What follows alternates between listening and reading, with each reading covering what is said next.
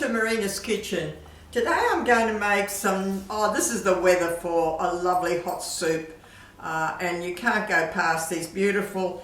I like to make a soup with the lovely soup bones. I get my butcher to give me these lovely beef bones with some lovely meat on it, and they are lovely to make a soup. Now I always do about 3 or 4 of these lovely bones, and I asked the butcher to give me some bones that haven't got a lot of loose bones, a nice solid piece and some lovely meat on it. And normally I have about 3 or 4 of these and to make my lovely soup. So what I'm going to show you, I've already made some beforehand, but what I show you, what I'm going to do is I wash them and I put them in a big saucepan because I like to cook it for about 2 hours, and put these in a saucepan. Now to this I like to add 2.5 litres of water. So I put 2.5 litres of water to it. That's 1 litre. And that will cook for a couple of hours. I want another litre, and I want 2.5 litres of water to this. And then I've got all those beautiful vegetables. That's 2 litres. I've got another half. I want 2.5 litres of water to that. There you go. And I like to put it in a nice big saucepan so it just boils away. Now to that, I've got a cup of celery, chopped celery, beautiful. And I've got an onion, a nice medium-sized onion. Just putting everything together, and I've got a nice cup of carrot here, chopped up in small pieces. Just put everything in there, and a small potato. Just put everything in together, and there's a little half a cup of diced tomatoes. Just half a cup is plenty. We don't want a lot of it. And now I'm going to add some salt to that, a nice handful, a nice big pinch of salt to that. We've got to add some pepper. And what I like to add to this, I like to add, I have some gourmet here, some stock, gourmet stock. I like to add a teaspoon of this gourmet stock. It just gives it a bit of extra flavour to it. So that's enough, just a teaspoon of that, and that's all I need. Now that'll boil there for a couple of hours. And now this is what I've done of mine. I'll show you my nice cooked bones, my lovely cooked bones in my soup. Look, these bones are beautiful. The meat on it is just absolutely beautiful. You can take the meat off and you can put it in your soup.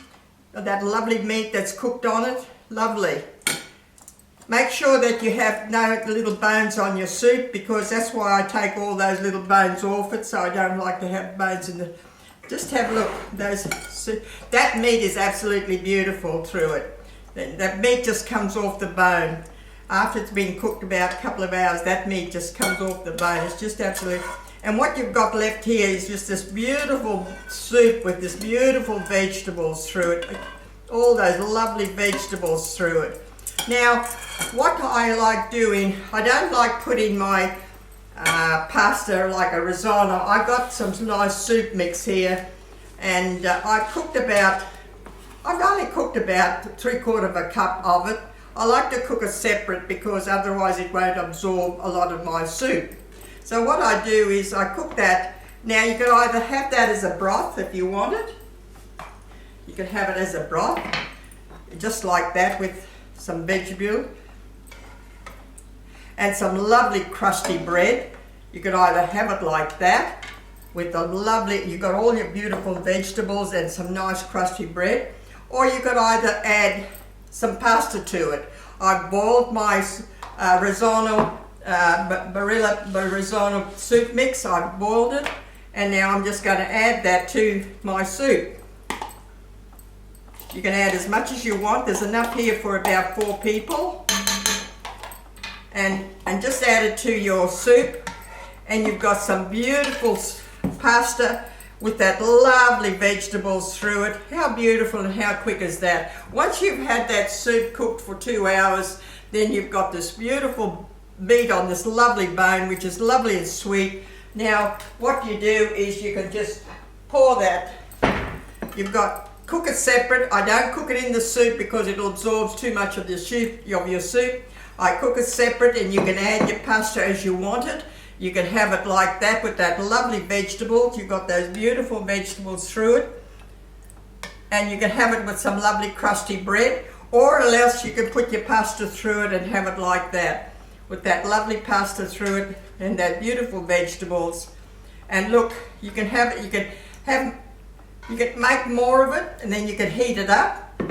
You can make a couple of plates full, and you can put it in containers, and you can come home one night and it'll have some nice soup all mixed up and nice and ready for you. There you go, you've got that lovely soup, you've got the vegetables, and also now we've got this beautiful meat that we've got here. You can just chop it up and you can put it in your soup if you want to, or you can just eat it like that. Another way of doing this, you know, I have done it before. This meat is so beautiful that when it's cooled down, you can chop this up, this meat, and you can do a salad out of it. I have done it. You can chop it up, and you can have some red onion and some chopped tomato, salt, pepper, and olive oil, and it just makes a beautiful salad. Look, you can have this bone, and this meat is just beautiful off the bone. Look at it, it's lovely. Just make sure that you got no bones in your soup, but this meat comes off the bone so lovely. Look at it, it's just so lovely. Look, I'm sure that it's time for to have these lovely soup. Once you've made a nice saucepan of this and you've got enough, as you say, you can put in a container, come home, heat it up, and have a meal at night time, whatever you want. You can have it with just the vegetables, or you can have it with your pasta. So it's another way of making some nice soup, and I've made it for my family a lot of times, and they enjoy it, especially the little ones. This soup is very, very good for them. So I hope you try it. It's a lovely time to make some lovely soup. So enjoy your soup bones. Get your butcher to give you some beautiful beef soup bones like that, without those little bones falling off, and just cook it for a couple of hours in the big saucepan with 2.5 litres of water.